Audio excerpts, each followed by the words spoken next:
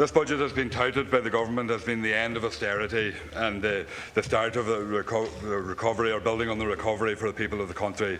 But the fact is that this budget is again strengthening the hand of the people who can afford the most. The people who are earning the most are benefiting the most from this budget. And in fact, what's stark in the figures from this budget is that this budget is funding what I would call a wageless recovery, where people who actually can't increase their incomes are being taken out of the tax net, and it makes it very stark when you see while we welcome the increase in the universal social charge threshold, that takes 80,000 workers out of the universal social charge. But it means that over 20% of people that work in this country are earning less than €12,000 a year.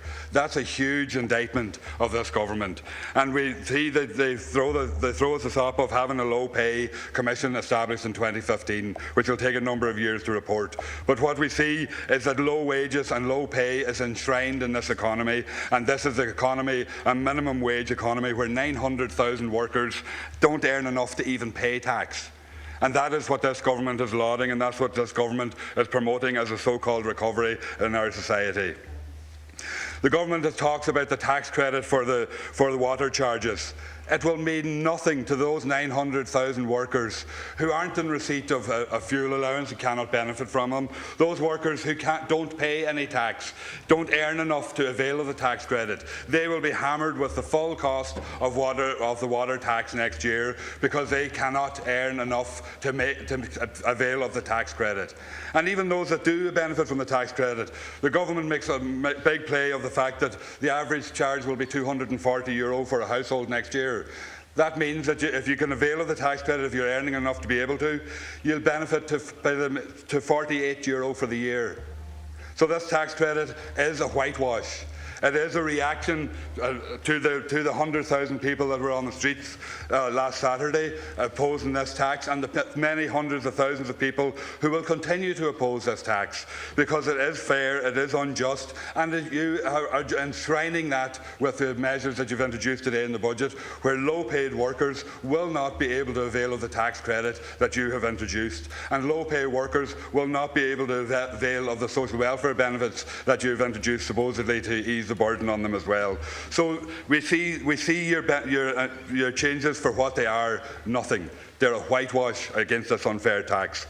So therefore, the people will still need to oppose this tax, and they'll need to gain strength from this budget today, because we see that this government does not care about people on low pay, does not care about people on the margins, does not care about people who are struggling across our society. But who you are interested in is people earning over €70,000 a year, people who are earning very good wages, including all of us here in this house, people who can afford to contribute more but are asked by this government not to. Every year this government makes people on the lower wages contribute disproportionately more, and that is the problem with this government, and that's the problem, and that's why there was 100,000 people on the streets last Saturday, because they see that, and the government was trying to sell us a pup, saying that they were introducing these changes. The facts are that the tax changes benefit the higher paid. Higher paid people will benefit up to 7 times more than somebody on the minimum wage out of the tax changes in this budget, and that is the fact of the matter.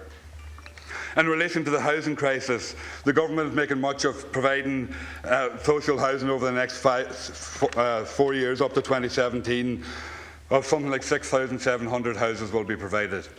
In the 1950s, we were providing over 7,000 social houses a year in this country in the 1950s, when we were a lot less wealthy than we are now. This will make no difference to the housing crisis, and in fact things will just get completely worse. And to add to that then, you actually are starting the privatisation of social housing provision by introducing the public-private partnerships and funding those disproportionately to meet the needs.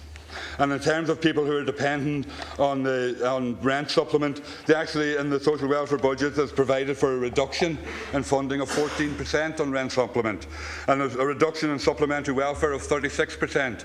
So how are you going to deal with this crisis? What you're doing is you're just going to make it worse and push more and more people into homelessness and not deal with the issues. What you should have done in this budget is use the tax buoyancy to to roll out a proper house building programme which will provide real jobs with real wages and real earnings for workers in this economy, as well as providing for families that can't provide for themselves because of your policies. Thank you, Deputy. I now call Deputy Paul Moore.